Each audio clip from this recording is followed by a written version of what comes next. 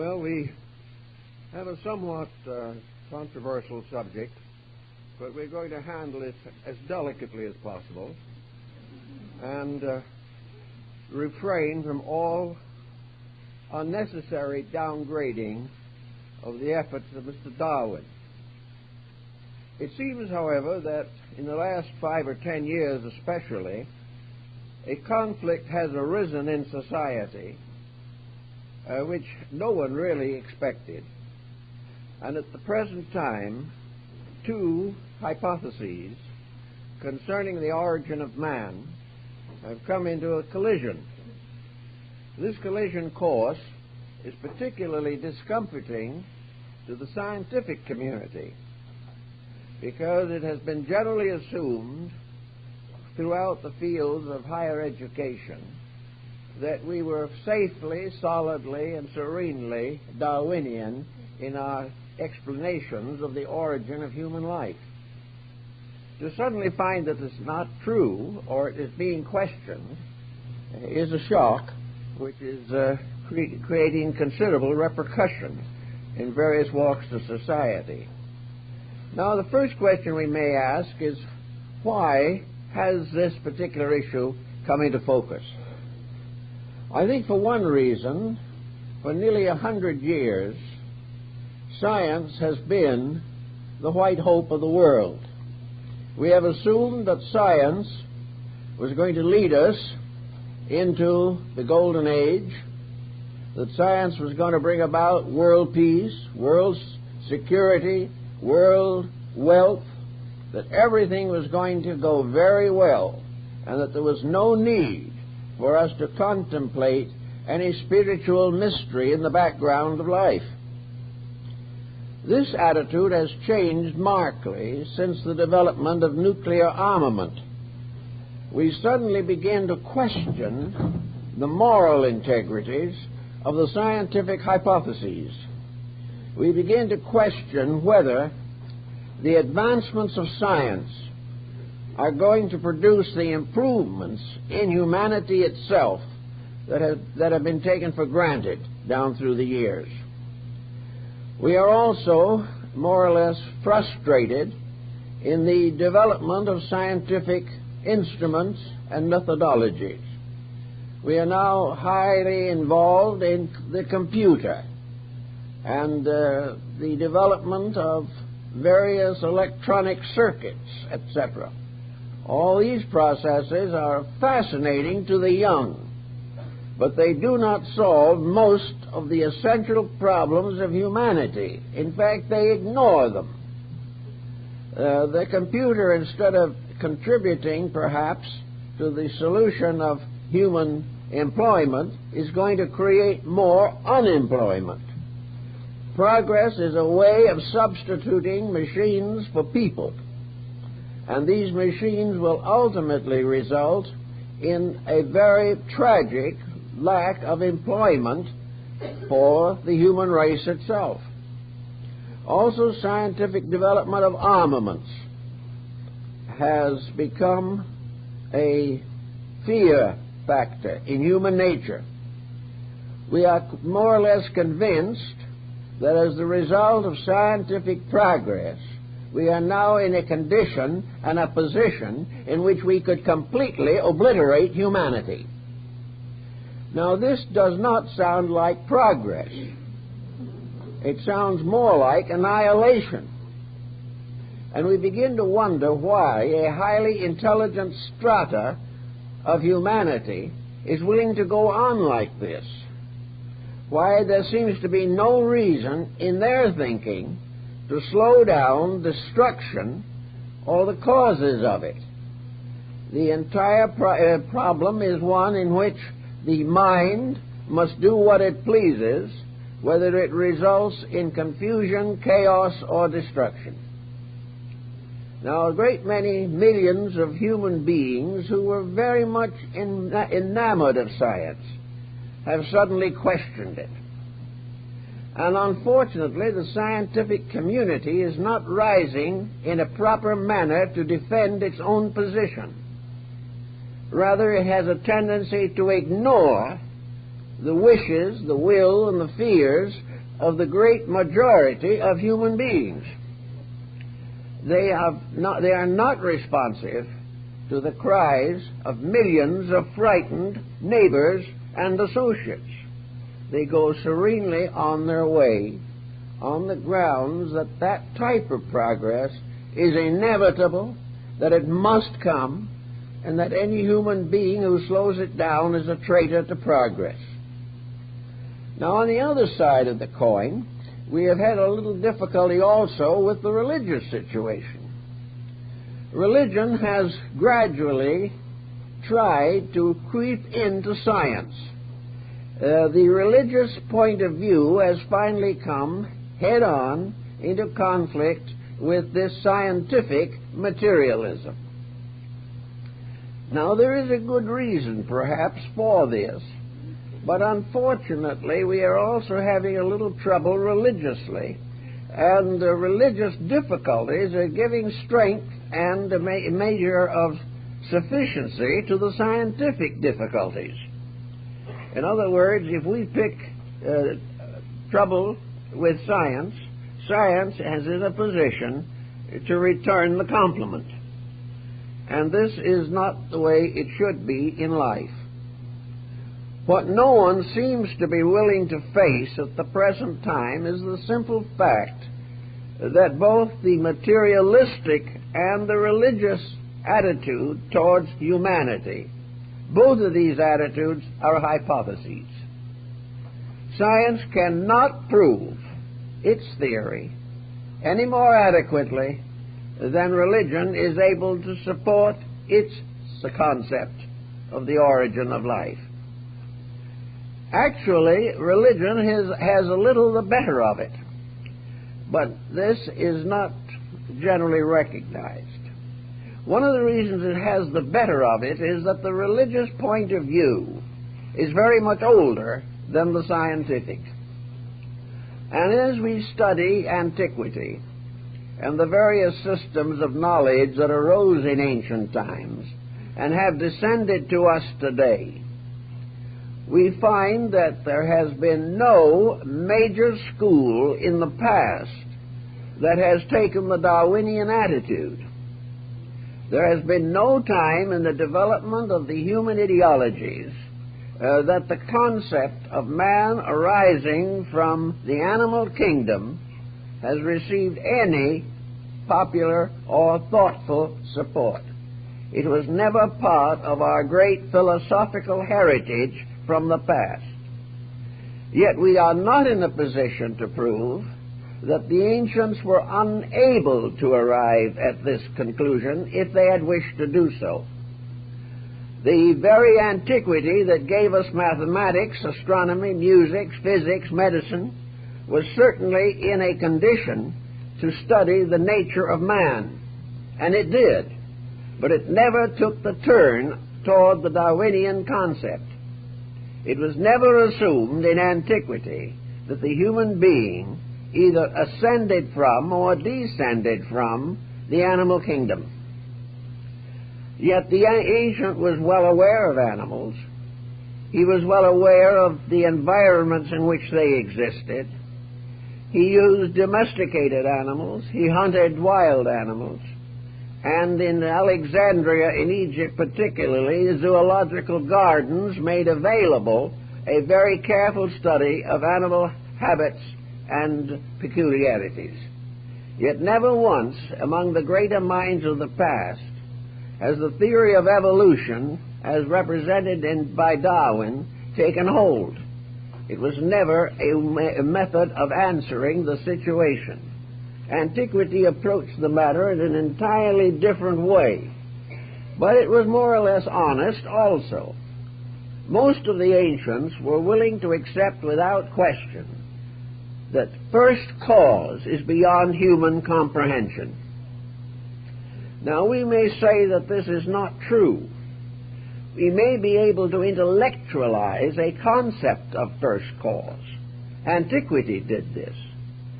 But no matter how it was developed, or how it was supported, or how it was interpreted, it remained an hypothesis. It was an approach to something, the substance and essence of which was beyond human comprehension. As science and philosophy and religion all rose together in antiquity and were only separated in a comparatively recent period of time, it is also obvious that the scientific position is also hypothetical. And both conditions are theories.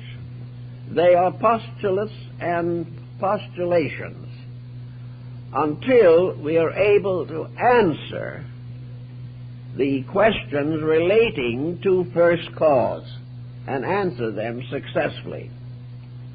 Before we can tell how life operates, we must answer the question, what is life? What is this energy? What is spirit? What is mind? What is consciousness? What is energy? What is force? We all realize that these processes, these aspects of existence exist. But we are not yet in a position to find a dogmatic definition for any of them. The only way we can define them even now is by defining in terms of the consequences of their activities. We do not know what they are, but we are trying to find out, and in some degrees have been successful, in finding out what they do. But their essence is beyond calculation. We are unable, definitely, to discover the essential principles behind existence. We'd like to overlook this and simply deny it. One of the most common scientific attitudes is that when we ask the question why, we should assume that it is the question how. We know how things operate, but we do not know why. We do not know what they are, but we believe we can classify some of the things that they do. As far as the final answer to the mystery of life is concerned, it has eluded us from the beginning. The ancients accepted this truth, namely, that the true and final definition is not available. The complete fact of any of the important questions that we ask, this fact is not available. If we do not know why life exists, what it is, where it came from, why it produces this vast concatenation of forms and creatures, until we get some of these answers, all dogmatism is unreasonable. And yet dogmatism is nearly always based upon ignorance. It is not based upon what we know. It is an effort to defend ourselves against what we do not know. Therefore, today, we have a problem. How did man come into existence? What is the story of life? What is the story of existence? And I think we all acknowledge, definitely, that the development of the concept of evolution has been useful. Evolution was a more or less obvious answer to a problem that is not obvious. Evolution was a neat way of assuming a sequential progress of life through the various forms of nature in an ascending order from the molecular through the mineral, the plant, the animal, and into the human kingdom. Now, this seemed to be such a neat and trite statement that it was accepted instantly and presented us with the solution to certain secondary procedures in nature, but nothing to do with primary. Even if we prove conclusively that life moves through these kingdoms in an ascending order, we still do not know what that light is, nor do we know why it ascends through these various levels of expression. Some years ago, a discussion was held concerning the possibility of man being a product of the animal kingdom. That somewhere in the remote past, what was been called the missing link, pictured by a very interesting composition by the artist Gabriel Max, that there was a missing link between man and the animal, and that this link was a bridge, and that across this bridge animals moved to become human. And humanity is more or less an advanced animal creation, and that it has therefore the visible components of an animal existence, but something is different. It has been impossible to prove conclusively to anybody's satisfaction that the inner life of the human being is identical with that of the animal. If we wish to assume another hypothesis, it's true, the unfoldment of form in nature through the various kingdoms as we recognize them, apparently the final purpose of this unfoldment is the creation of bodies, and that these bodies become the vehicles of energies and forces superior to themselves. It is becoming practically untenable in the knowledge that we possess today to assume that the body and the person in the body, that these two constitute one identical being. The body and the person are separate. The person may function through the body and may gradually mold the body into the likeness of its own purposes, but the person and the body are separate beings. Science is reluctant to accept this because to do so would permit the mind to conjure with the thought that if the person is separate from the body, that person can have existence apart from the body. And this is a more or less heretical position in terms of science. It is the opinion of science that the rise and fall of the human being is a complete pattern in itself, that the individual had no existence before his birth and will have none after death. This, however, again, is a hypothetical approach to a problem. No one has yet been able to actually prove that the human being had no existence before birth, and is unable to prove with any conclusiveness that it has any existence after death.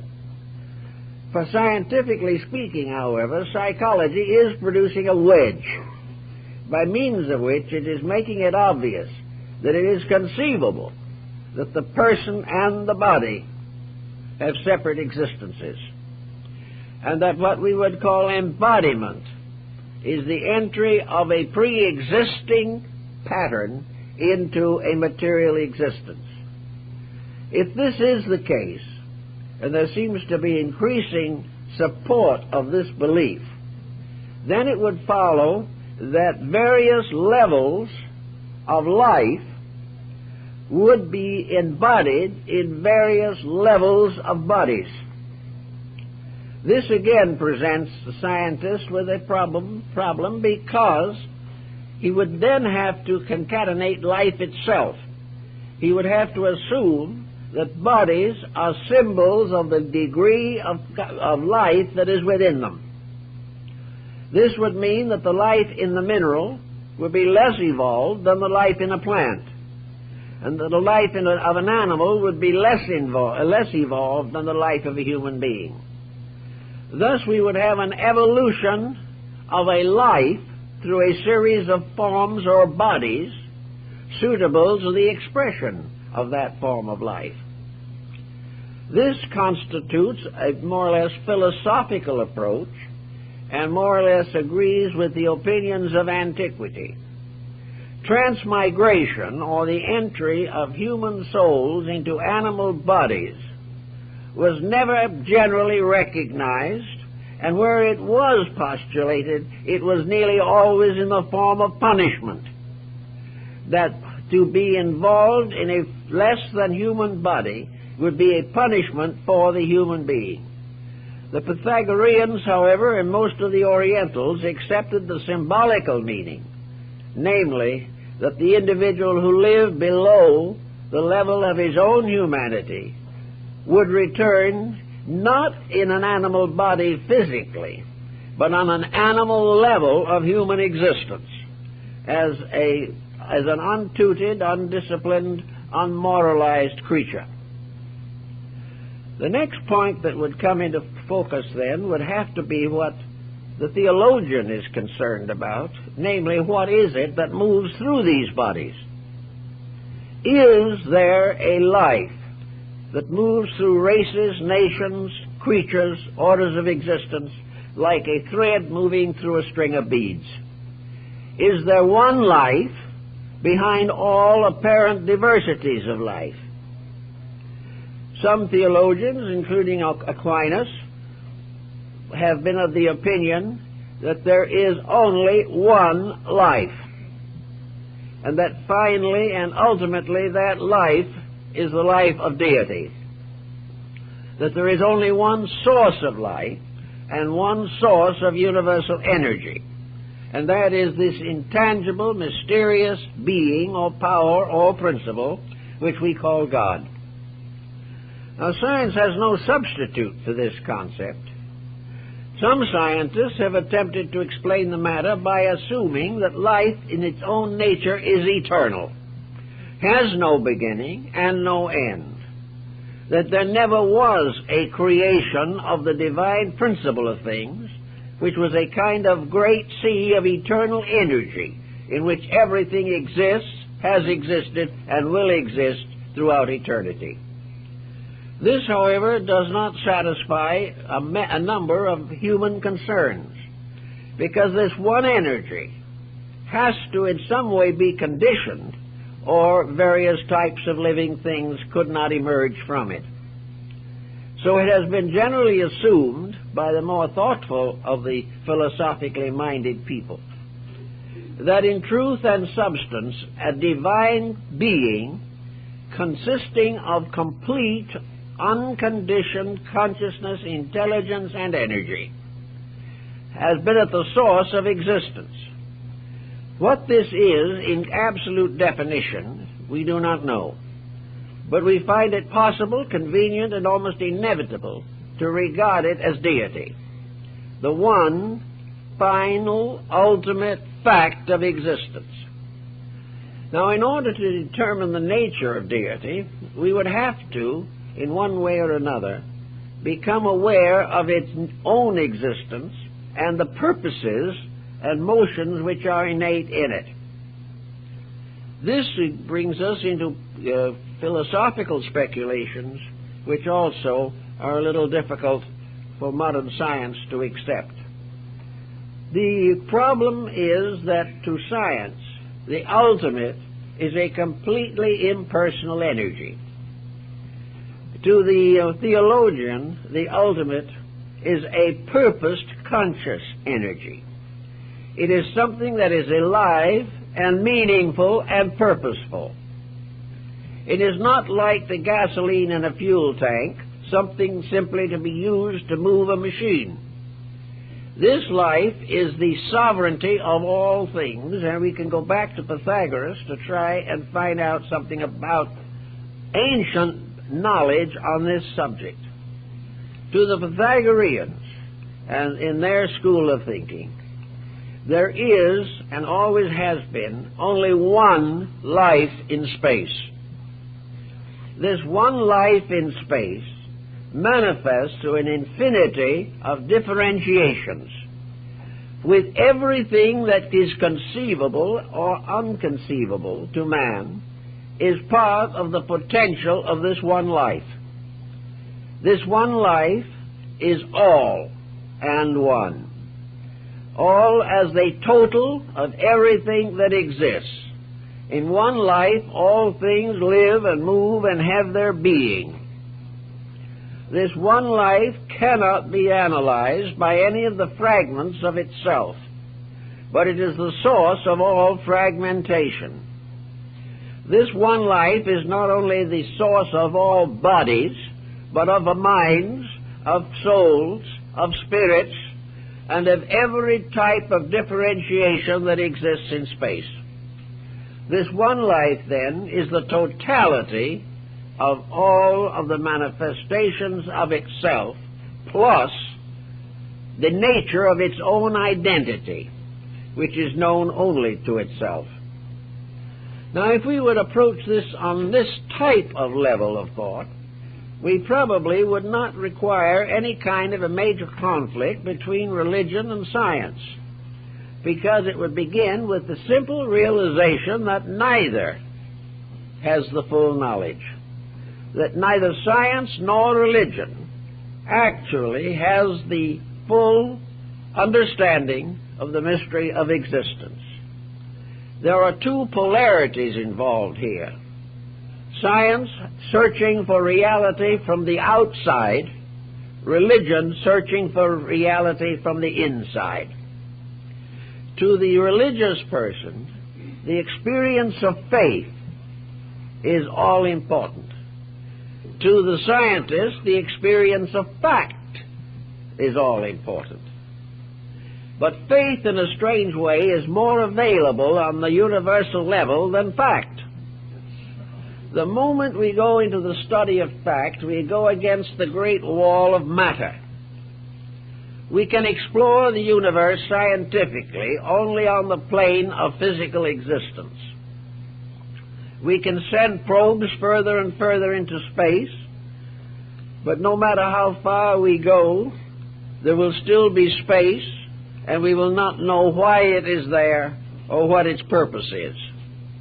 On the other hand, if we use faith and search more and more deeply into ourselves for the answer, we discover by a mystical experience or an apperception from within our own natures, we discover certain convictions, certain feelings, certain sensory reactions, which all add up to a sense of great believing, of faith, and also the realization that this mysterious thing called ultimate knowledge is not actually necessary to us. Being imperfect creatures in our own ways, being incomplete, the full knowledge of completeness would not be suitable to our needs. What we need always is to search inside in quest of the knowledge of that which we are now and what we must do about it in order to fulfill the destiny that we understand within the span of our own existence. Science is not so emotionally involved in this matter, except on a level of debate. But the scientific point of view is that when we conquer the physical universe, we can achieve our final liberation from ignorance.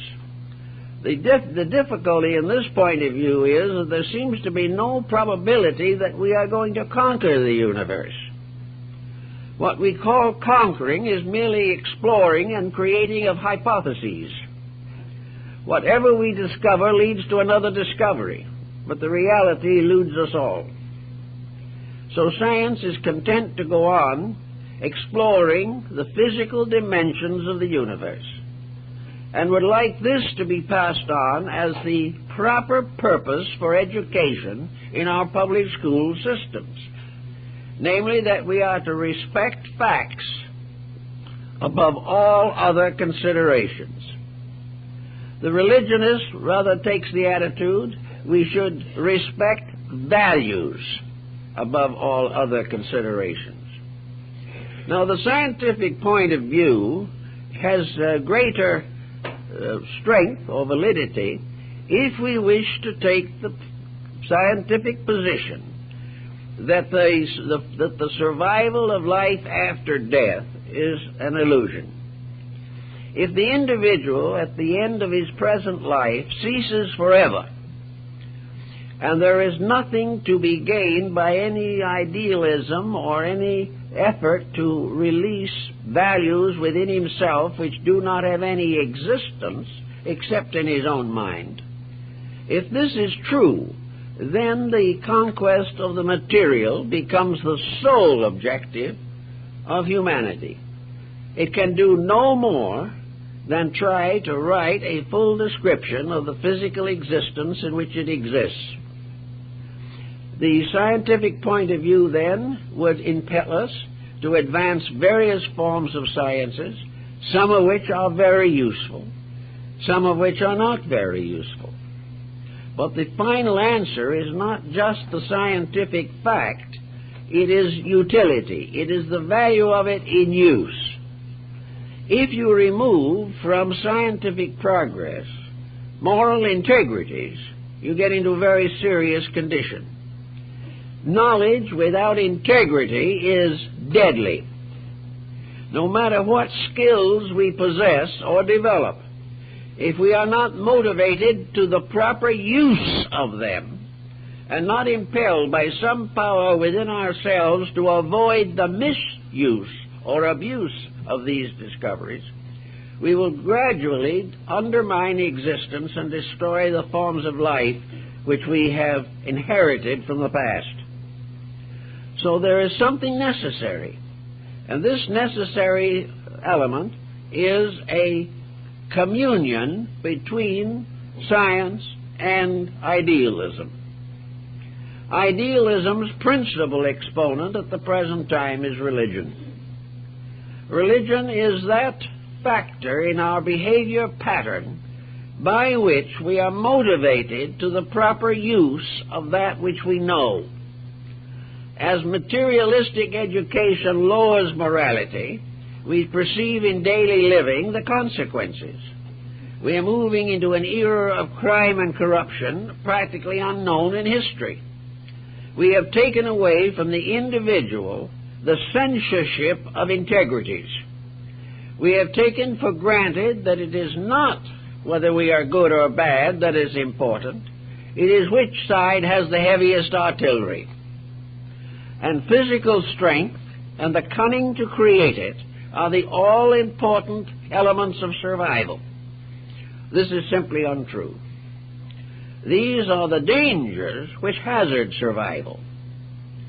Now, if we could come to a mutual understanding with religion and science, in which the two decide to work together, science probing and bestowing upon religion the dignified right of interpreting all discoveries in terms of human good. If, however, science continues to ridicule religious conviction, or downgrade it, or consider it an interference with progress, then we are going to be in the position in which one day we're going to have a head-on collision between science and religion. And in this headlong collision, I think science will lose. It will lose because the collision will not occur until science itself has abused its privileges and made life practically unendurable for the human being. Also, progress exploited for profit, a partnership between knowledge and wealth. This is again disconcerting and discouraging to the average individual. So there is very much to believe that the rapid increase of interest in religious thinking is largely motivated by the fact that science is inventing a kind of progress with which the human being cannot cope and which will ultimately result in a general destruction. Science has to become moralistic. It has to place censorship upon itself. It has to apply to its own achievements a golden rule of integrities. And in order to answer the question, why integrities, the scientific, industrialized, economic community has another problem on its hands. Is it necessary for the scientist to accept theology in order to correct the processes now in action? Technically, no. It is not necessary for the scientist to become a theologian in order to recognize moral responsibility. All the scientist has to do is give a long, careful look at the consequence of what he's doing. If he can stop for a moment in his progress and realize what he is doing to humanity and not what he is doing for humanity, a great change could result. It is obvious that the present course is a headlong course towards the deification of a planet that is nothing more than a battlefield. So we have this problem constantly, that that a scientist can be a person of integrity. He is very likely already a person of integrity in his personal life. He may be a good family man, a good parent, a sincere son. These things are quite probable. But it is necessary for him to realize that the mind within him must be subject to something stronger than itself. And science is not sure that it believes that there is anything stronger, and is inclined to assume that the moral equation in his own nature is simply an emotional reaction to personal feelings. Actually, now we are going to have some further delineations of these matters in the public school system. Those who are religiously minded want the theory of creation to be taught to students. The scientific community wants the theory of evolution, particularly the Darwinian form, to be the basis of human instruction. For a large measure, this entire thing is a tempest in a teapot, for the reason that neither side is in a position to scientifically prove its point, and all decision must be in terms of the greater good to the greater number. That which accomplishes the most to advance the ideals, purposes, and constructive concerns of humanity should have precedence. What does the Darwinian theory give us, or give young children who must face a life of international conflict, political corruption, economic uncertainty, and social decline? What does the Darwinian theory do to help those going to school to build lives that are purposeful? The purpose of education is to teach the human being to use the knowledge of his race. If he does not use it, is not impelled to use it, is not inspired to use it, then education fails. And if by a mistaken attitude he accepts, learns, and uses that which is destructive to the common good, he becomes a menace rather than a benefit to the world. Therefore, what has the scientific theory of evolution going to do to the person who is going out to make a living? What is it going to do to him to be a materialist, to decline to accept as superstition anything that is not obvious to his five senses and the scientific community? The answer is it's going to do him very little good. He will never find security in any of the advancements of science. One thing it can do for him, and that is it can help him to protect, preserve, and use the body that he has. But even this is hazarded by many kinds of selfishness on the part of the intellectual group. Theoretically, science can help us, but it can help us principally on the level of body. It can help us to use the structure that we have and to repair it if it is in danger of sickness or dissolution. It can help. But as far as the scientific point of view, giving us personal integrity, giving us happiness in our homes, giving us better-oriented children, and a willingness to cooperate for a common good. It does not help us to solve international conflicts. It does not help us to improve political relationships. It does not make our statesmen more honest. It does not make our citizens more frugal or cooperative. All of these things are outside of the scientific domain. They are assumed, as one biologist told me, that the scientist is a teacher of the public and private morals depend upon individuals themselves. This is a very poor answer to a very immediate question. As the depression increases, as unemployment rises, as human securities are threatened, what is science doing to meet the emergency? It is going to continue what it has always done, to advance scientific skills and try to convince us that if it can put a man on Pluto, that all is well in the world. This is very attractive to juveniles who have a great respect for Superman and all of these scientific robots that are being fashioned in the entertainment world. But down to the solid facts of life, no science is important or valuable until it is ensouled.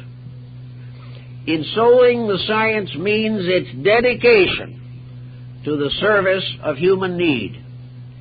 Science does not exist to glorify itself.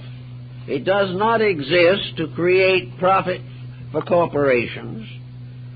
Science exists primarily to improve humanity's relationship with itself on the levels of family, home, health, and other problems.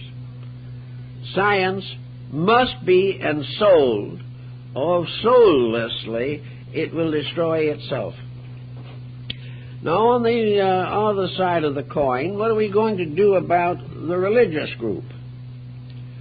It is interesting to realize that we often say that the scientist, particularly the scientific community, is the only international, interracial body that we have. It does not make much difference whether you live in a kingdom, a democracy, or a communist state. Biologists get together from all these different points of view and do their research programs. They share knowledge, they research projects, and they pay practically no attention to the political and social relationships of the communities in which they live. They are therefore regarded as a super group, a group welcome in China or Russia or France or Italy, wherever they may be. Now, religion has one difficulty in this particular point. Religion has not yet been able to consolidate its own strength. Religion has not yet come to the realization of the unity of the concept of God. Religions still have interpretations that are in conflict. Now, conflict in interpretation is due largely to the absence of basic fact, or it can arise from language differences or from social and climatic differences.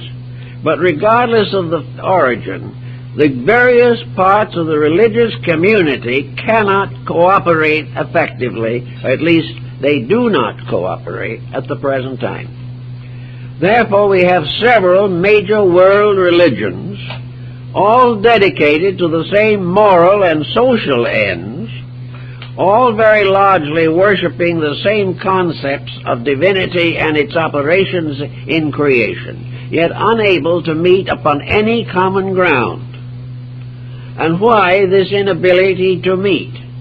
It is the result of a long traditional theological structure in which each faith firmly believes that it was predestined and foreordained to rule the world. Now, this type of situation is the great weakness of religion. Religion has not yet been able to break through a peculiar physical belief that really should have long ago passed into the keeping of science. Namely, that it is perfectly possible to consider deity simply to be an expanded, unfolded, dramatized form of human being. The deities of the past were deified mortals, or at least had this general appearance. We have not yet come to the realization of the nature of the ultimate cause of things. Science doesn't know what it is, and theology doesn't know what it is. Theology has been locked in theological structures which have differed as to the nature of God sufficiently to create creeds, sects, and religious divisions. Science has not been any more successful, and here are the two groups.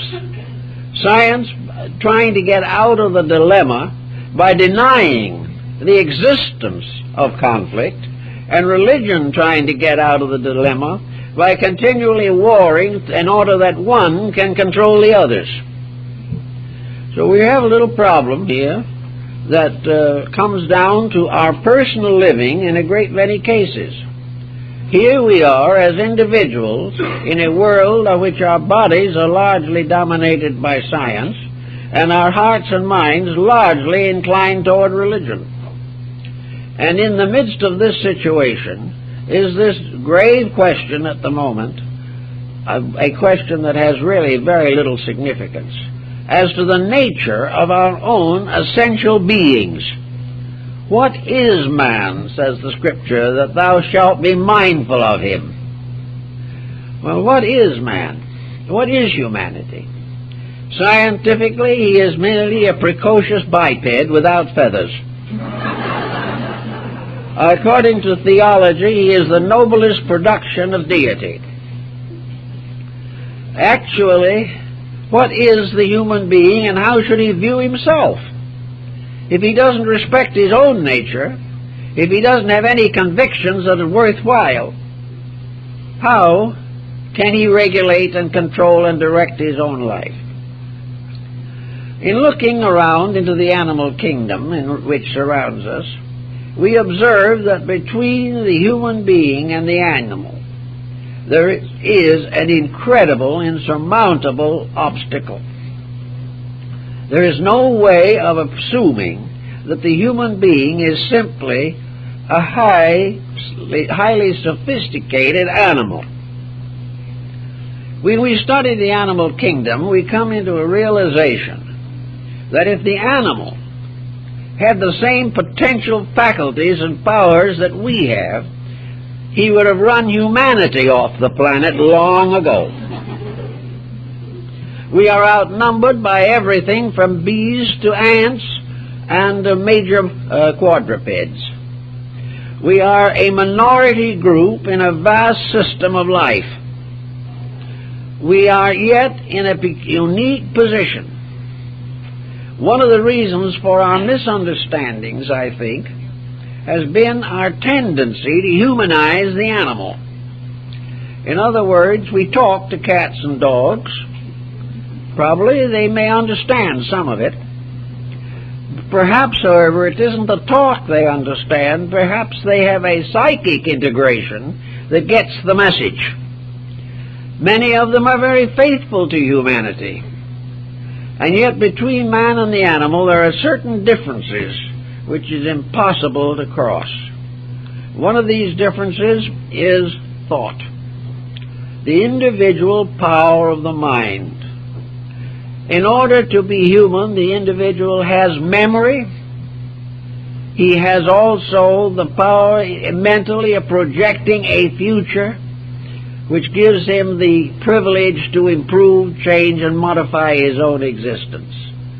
The human being is the only creature that we know in the visible world which is capable of self-directive, that is capable of dominating a situation, and most of all, of verbalizing it.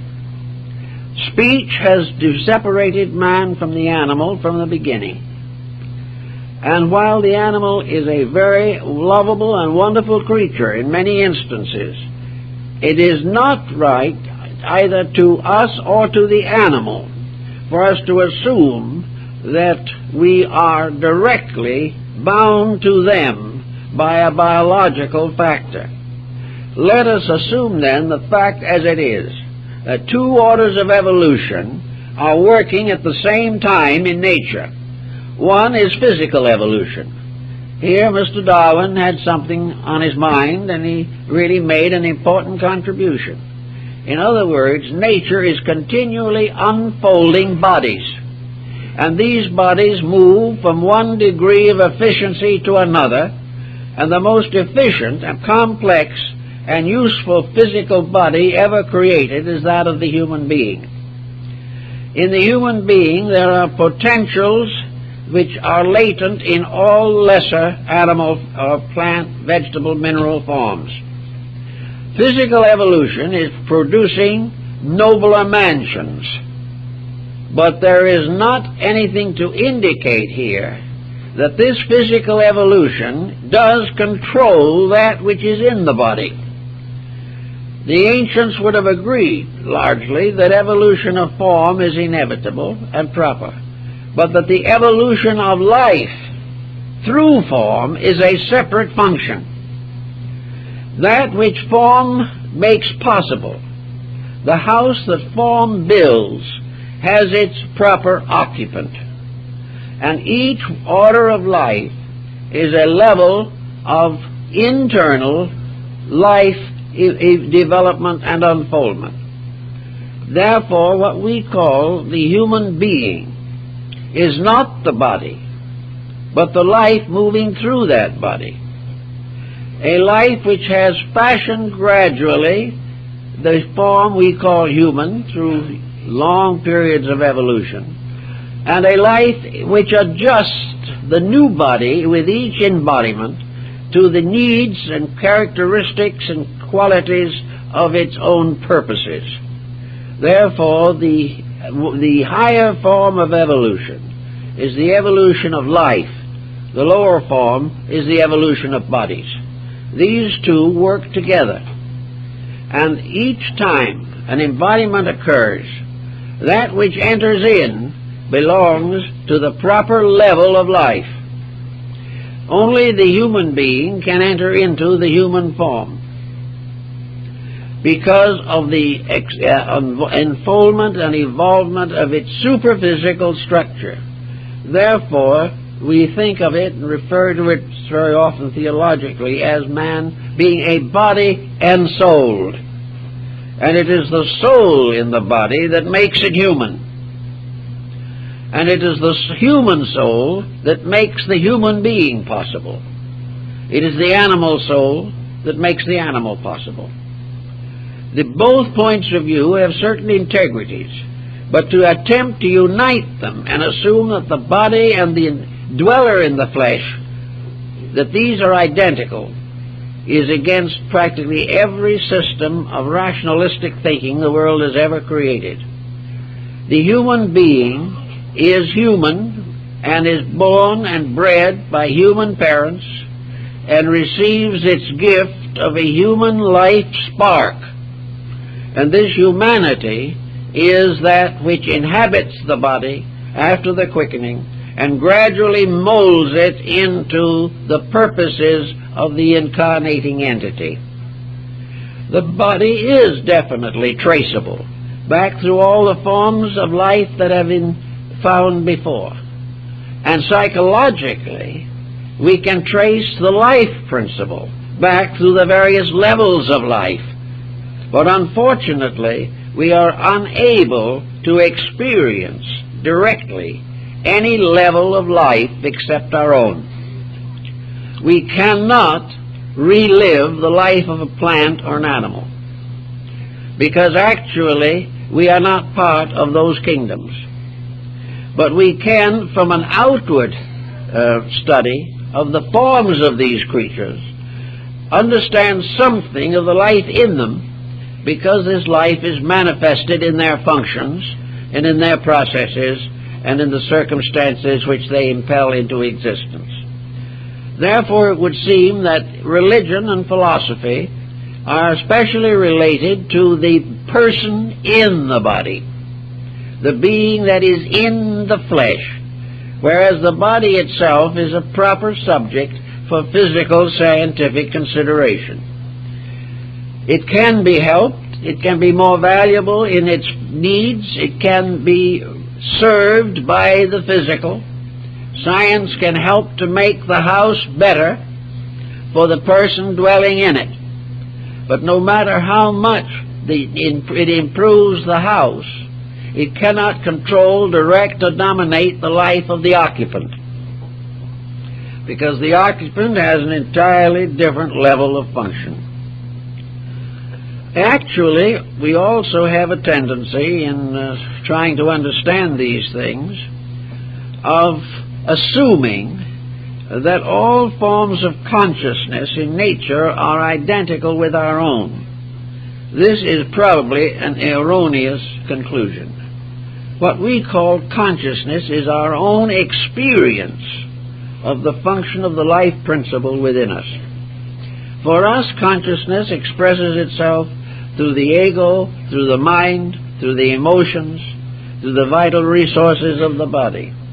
And it is this dweller in the flesh that helps us to choose our careers, that helps us to decide and evaluate experiences, and this factor helps us to grow inwardly through the internalization of things that happen in our environment. In other words, the purpose of the body is to help the power in the body to become more and more sufficient to its own needs.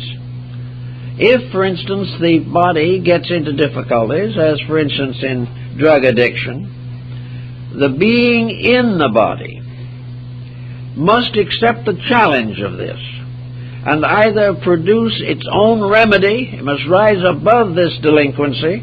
It must learn to know the troubles that result from such addictions.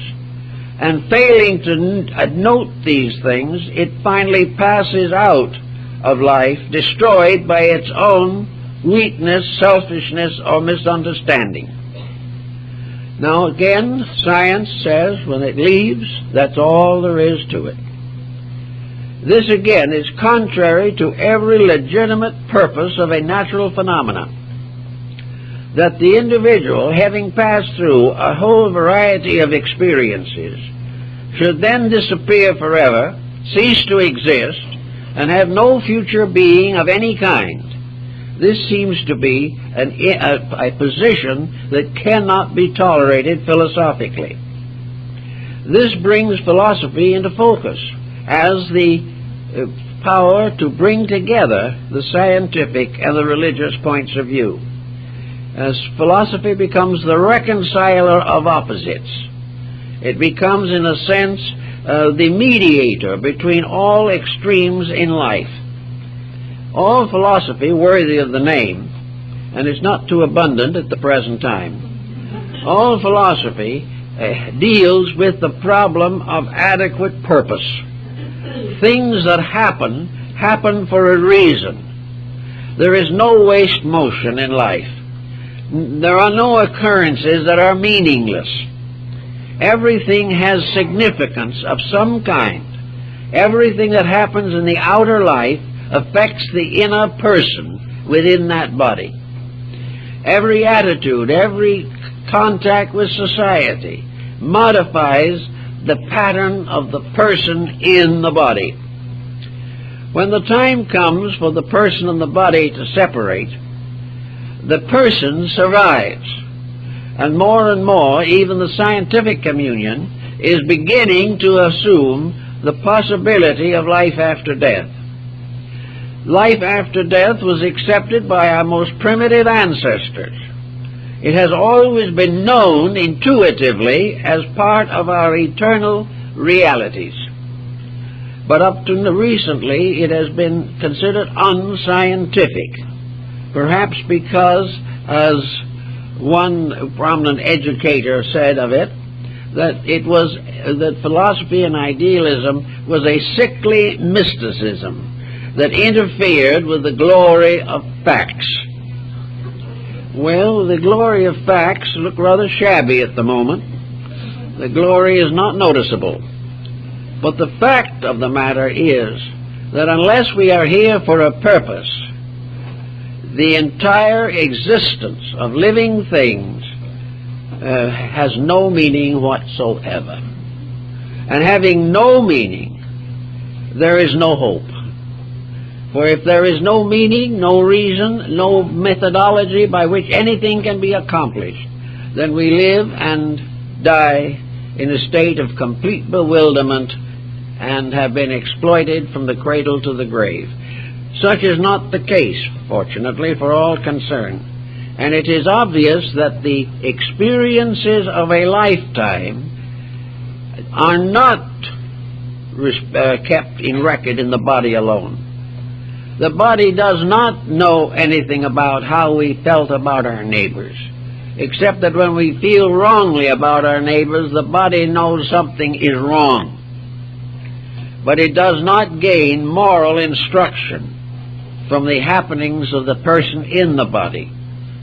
But the vibration of the person in the body, if it becomes better and higher, does elevate gradually the bodily elements and puts the bodily cells into an inhabitable universe of their own. It prevents the destruction of the multitude forms of life within our own flesh. If we then assume, as is almost necessary, that there is something beyond the present, then in a large measure the whole structure of science falls apart. Because if there is something more in life or to life than the immediate frenzied accumulation of wealth or power, then we have been living falsely from the beginning, and science has been trying to build up something that cannot survive. It is therefore very important for us to try to ensoul the world in which we live. And I think that really, of the animals and other kingdoms of nature, man becomes symbolically a conscious ensoulment of life, as this ensoulment develops on this level of existence. In other words, man represents more or less a soul power in the material world. The power of inner consciousness, inner dedication, inner understanding and realization to transmute and transform the outer environment into an appropriate and proper place for the development of life. The human being has tremendous potentials. These potentials include a number of faculties, not only of communication, but of memory, of ideation, of internal mysticism. It makes possible the rise of esoteric disciplines, sciences, and philosophies. It definitely indicates that gradually the human being is able to take over his own destiny. This is something that sets him entirely apart from every other kingdom of nature. There is no other kingdom that we know that can create a future destiny for itself by intent, that can take the rough materials of life and ensoul them with purposes beyond survival. The other kingdoms are largely tied into a survival pattern which is always present, is always dominant, and requires practically the entire life of the living creature. The animal kingdoms live in one or two principles alone. They have to feed, they must have nutrition, and they have to generate and reproduce. Food and reproductive power constitute the burden which all kingdoms below man must carry. Now, this doesn't mean that man doesn't have to carry them also, but it means that man is capable of a complete life above them.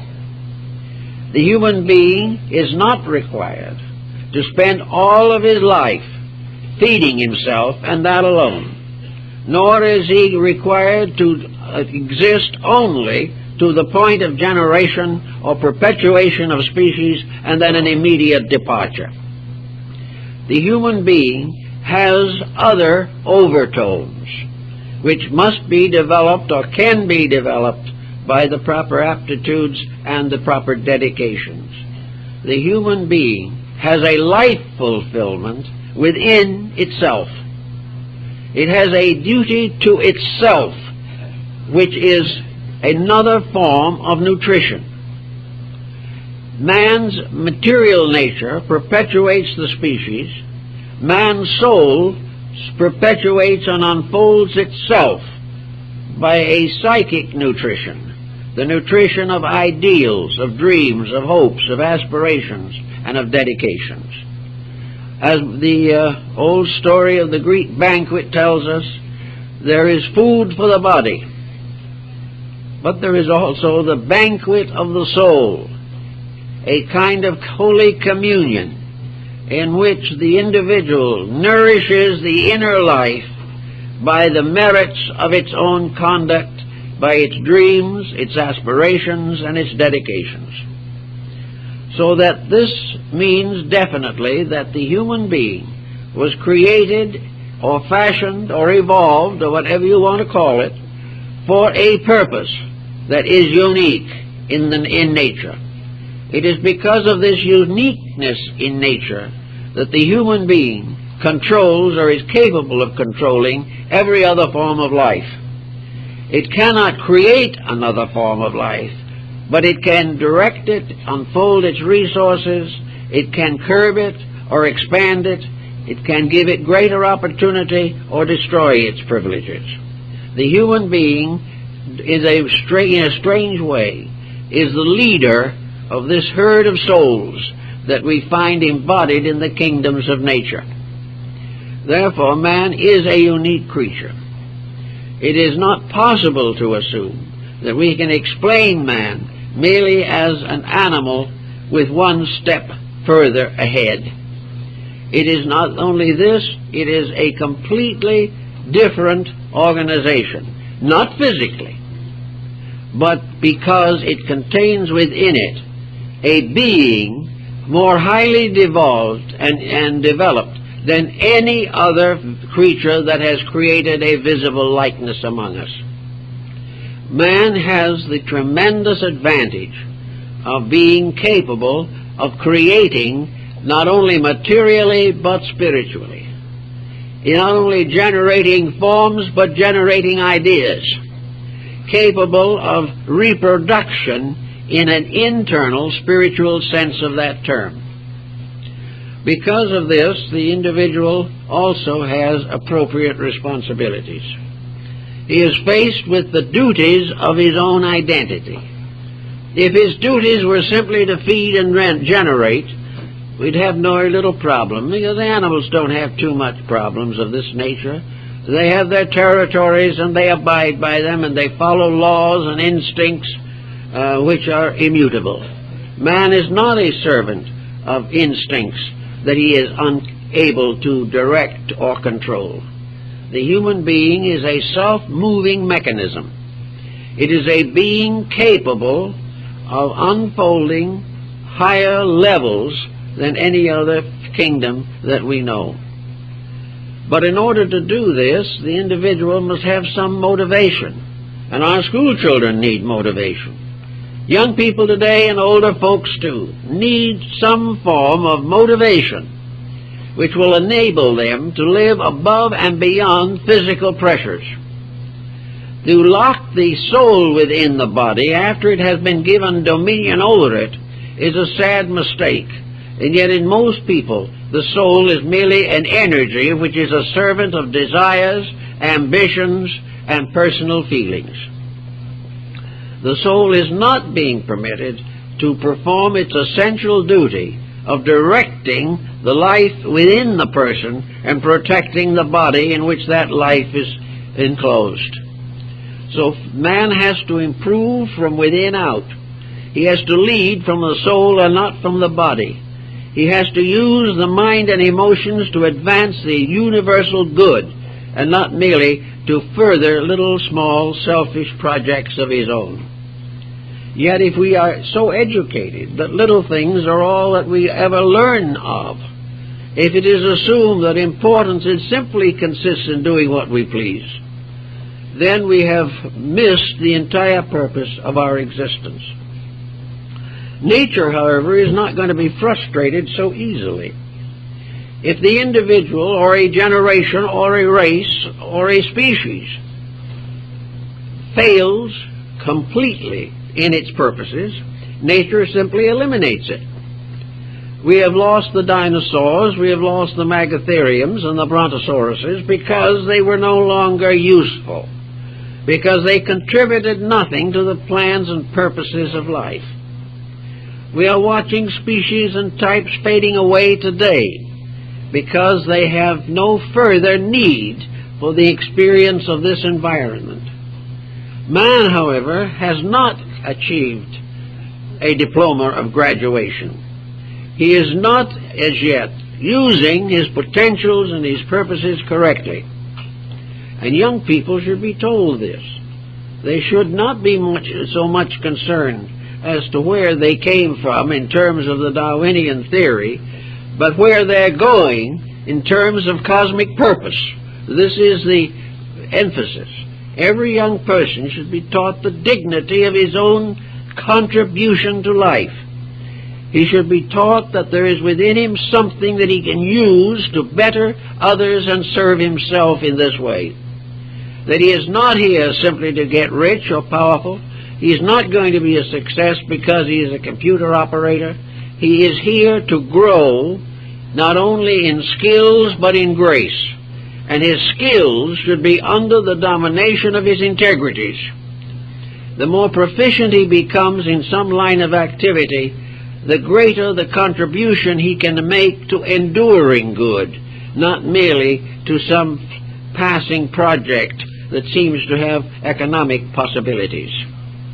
We have great need to give young people reason for life.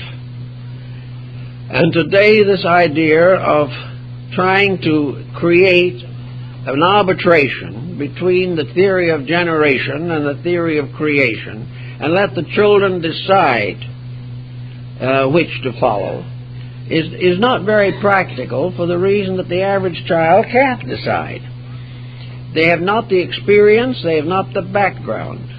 It seems to me that the arbitration lies on an entirely different level, namely that the purpose of science is to invent and discover.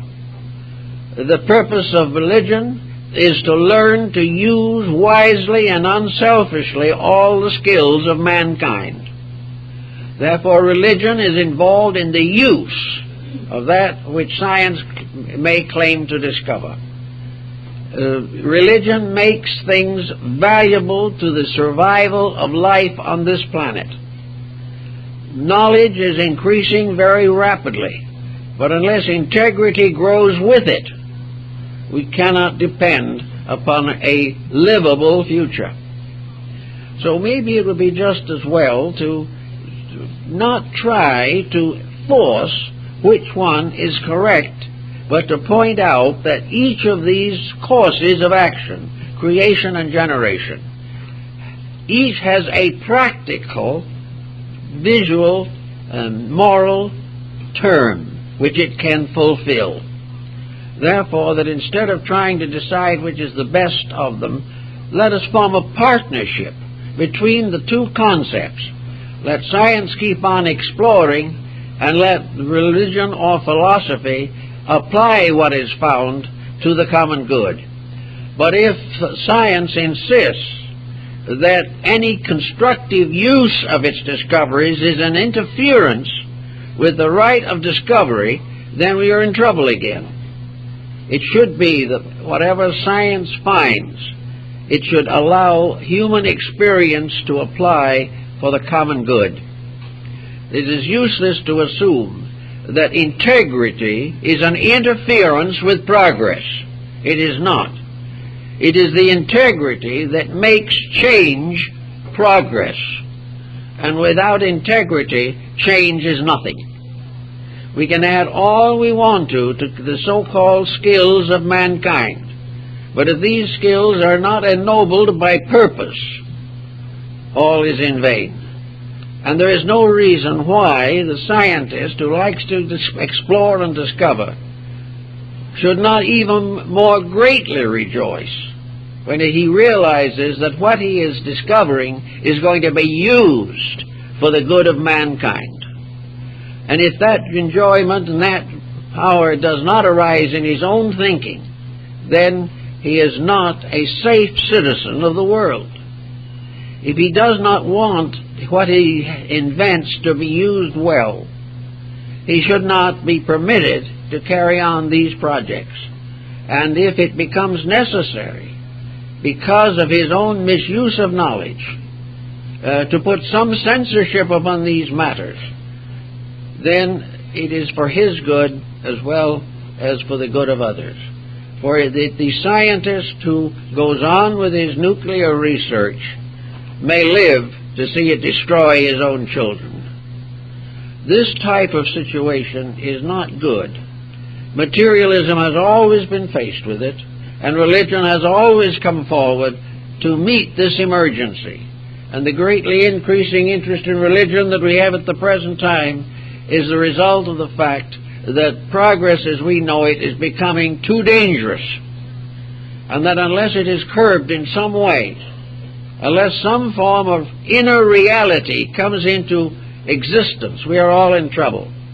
And both religion and philosophy suspect profoundly that this tremendous energy which we call life, this power that makes all things possible, is not a blind force, that it is also a conscious moral energy, and that all energy has in its very substance and essence a soul factor. It is an ensouled energy which creates. It is an ensouled energy which generates. And if energy is used by created creatures or generated beings against the use of its own proper values, energy itself can revolt.